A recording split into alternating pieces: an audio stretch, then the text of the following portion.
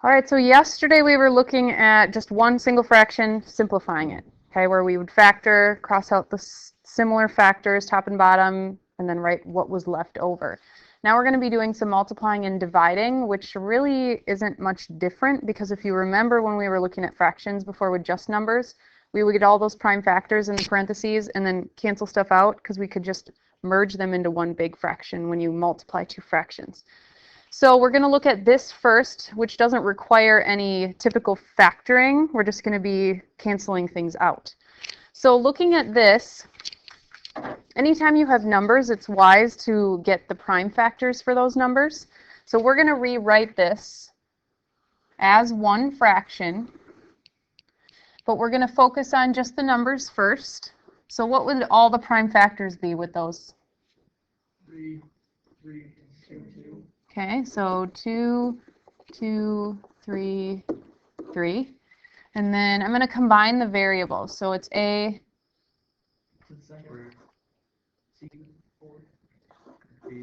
B squared. All right, and then on the bottom, we're looking at these two numbers.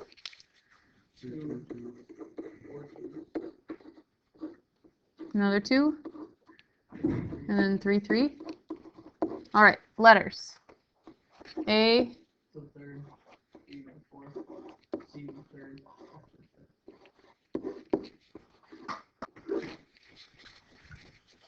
So again, when you multiply fractions, it all just gets pushed together into one big one because you're multiplying straight across. Numerator times the numerator, denominator times the denominator. And now we get to just cancel things out. So we've got those 2's are gone, 2's are gone, 3's, 3's. Numbers are good, right? Yeah. Okay, now letters.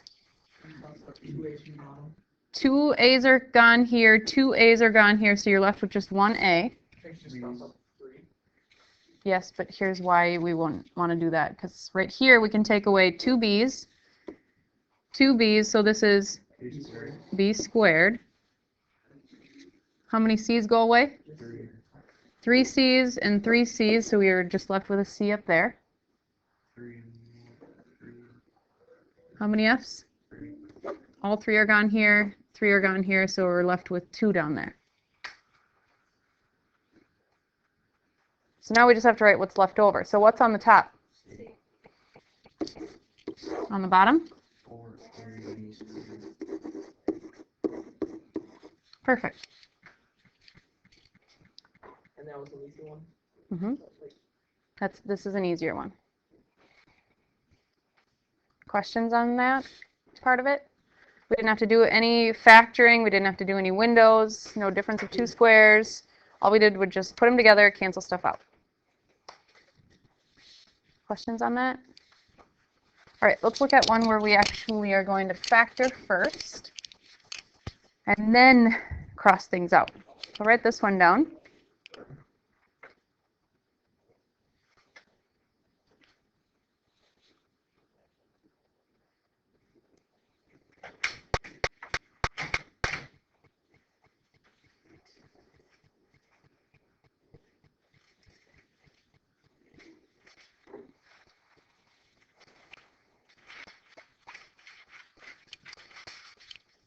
So there's 3 expressions here that we need to factor and write in their factored form. Okay, this one up here in the upper left,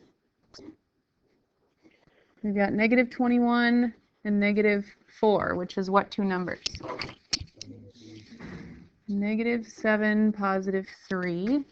Okay, lower left, what 2 numbers?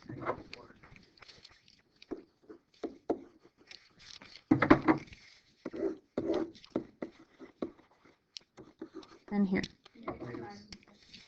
Negative 7, positive 5. All right.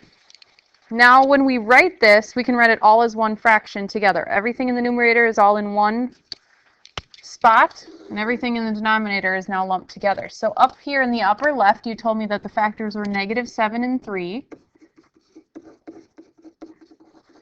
And we also have that x minus 4 up there. Lower left, you told me the two numbers here in blue were -4 and -2.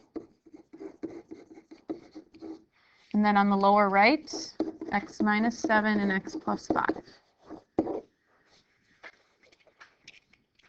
Now we just get to cross out anything that matches.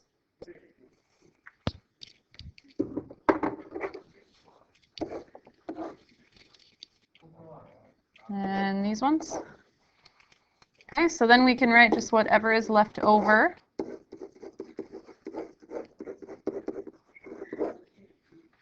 And you are done. You certainly can have these parentheses here if you want to. I'm not going to count that wrong.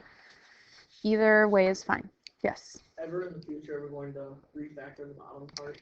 You mean FOIL the bottom part? Yeah. I'm not going to ever ask you to, no. Other questions? Try one more. What's the only thing that we have to do differently or think differently about when we're dividing by a fraction? What one do we flip? The second one, okay? We flip the second one and then we just multiply. That's the only difference. So that's what you have to keep an eye out for. So let's write down our last problem.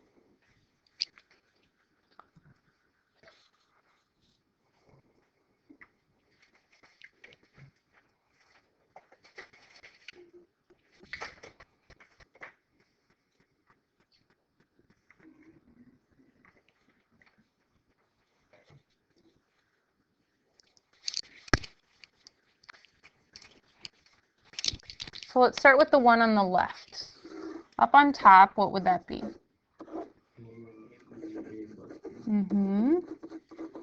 What should we do on the bottom? Okay, so first we're going to take that 3 out, which would give us a squared minus 2a plus 1, which is what? -1 and -1. So we can't forget that 3, though, because that's part of our answer. Okay, so we've got 3, and then we have a minus 1, a minus 1. We're going to multiply this by, now, looking up here, which is what I'm going to write on the bottom, because remember, we flipped the second one. What should we do up there? Okay, so if we take out a 4, we're left with 4a+2. Okay, and what about right here?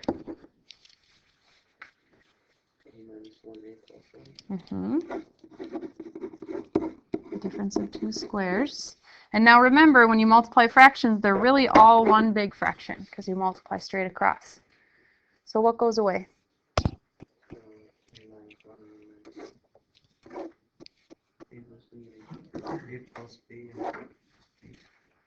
All right, so how do we write this? Or is there anything else that can go away? Okay, so we've got a minus b, a plus 1. And how should we write this to make this look the neatest on the bottom? Yeah. Perfect. Any questions at all?